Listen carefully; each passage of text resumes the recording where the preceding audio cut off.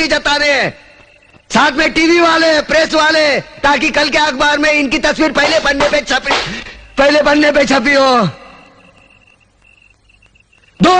दो बूंद खून का दान करेंगे और अखबार में ऐसा हंगामा मचवाएंगे जैसे गरीबों के लिए इन्होंने अपने खून की नदियां बहाई हो। साले कुर्सी के लिए अपने बहन बेटी को बेचने वाले जल्लाद लोग है ये। कुछ नहीं, सब ठीक है, सब ठीक है। तुम्हारे नापाक कदम आगे मत बढ़ाओ, तोड़कर तुम्हारे गले में पहना देंगे। आज तुमने राम और अल्लाह को मारने की कोशिश की है, लेकिन एक बात ध्यान में रखना, हम भले ही ऊपर वाले को अलग अलग नाम से पुकारते हैं, लेकिन हमारा धर्म एक है, मजहब एक है, इंसानियत।